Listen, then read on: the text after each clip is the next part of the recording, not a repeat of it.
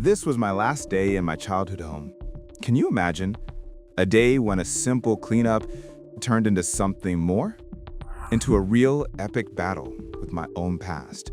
And to be honest, I'm sure each of us has one of these last boxes. Or several boxes. Full of things that, essentially, I haven't needed for a long time, but throwing them away just seems impossible. Why? For me, a 20-year-old artist, this move wasn't just a change of address. It was a ticket to a new life. A life where I'm a creator, not just someone constantly asking permission to use my parents' fridge. A life with my own damn fridge. But to start it, I had to accomplish one last feat.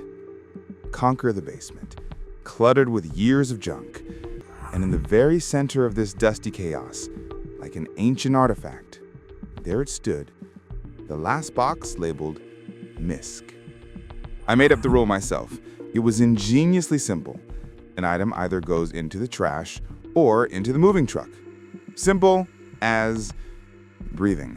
But everything went completely off script as soon as I pulled out an old baseball glove. This wasn't just a piece of leather covered in dust. It was a memory of the league championship game. I was 8 then. I missed the crucial ball we lost.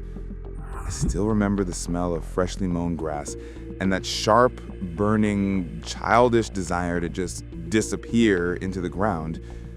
This glove, my first encounter with defeat. And suddenly, right there in my hands, it mystically came alive. It began to glow with a faint, otherworldly light, became unbearably heavy, and, strangest of all, literally stuck to my hand. I tried to throw it away, but it was all in vain. The glove, like a stubborn, living creature, crawled out of the trash bag and reattached itself to the box. Freedom, as it turned out, wasn't so keen on letting go of its anchors easily. My own basement had turned into a battlefield, and the things into ghosts of the past. Hours passed. The basement was littered with open boxes, but my trash bag remained empty.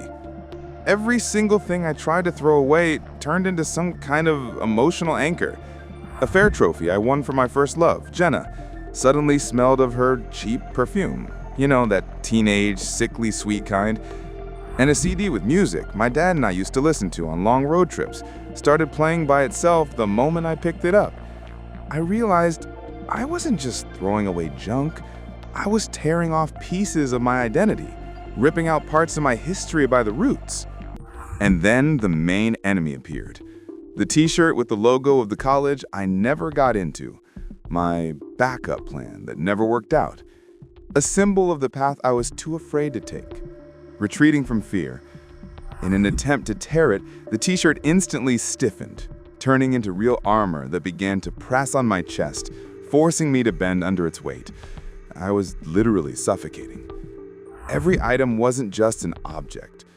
It was a suppressed decision, an unspoken emotion, an irony for me. An artist who had always sought freedom, but found myself so easily bound by my own choices and fears. And then, at the very bottom of the box, when hope was almost gone, I found the last item.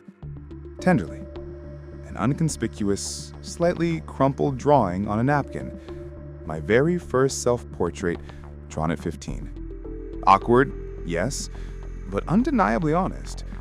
A drawing I showed everyone as just doodles, but secretly, well, hid here because it was the truth. My truth. Picking it up, I felt no heaviness. It didn't glow, didn't stick. The drawing was just warm and peaceful. This wasn't an anchor. This was a plan. In that moment, everything changed. I understood. The secret to freedom wasn't about destroying the past, erasing it from memory, but about giving it the right place. I carefully gathered all the anchors, the glove, the t-shirt, the trophy, and put them back into the box, but not as a burden. And the drawing? I put the drawing in my jeans pocket. Okay, I said to the empty basement, And it wasn't just a sound. You're coming with me, but not as anchors. You're coming as a story. Sealing the box and putting it in the moving truck, I felt an incredible sense of relief. The physical tension that had tormented me all day just vanished. I understood the most important thing. You can't start adult life by burning bridges that you might still need. You can simply make them part of your road, your foundation. Leaving, I knew I wasn't running from the past. I was taking it with me, but no longer as a burden, but as a strength. A foundation for a new life where I'll have my own fridge, and where my past self will always be waiting for me to call him, just in case I need advice from that 8-year-old kid.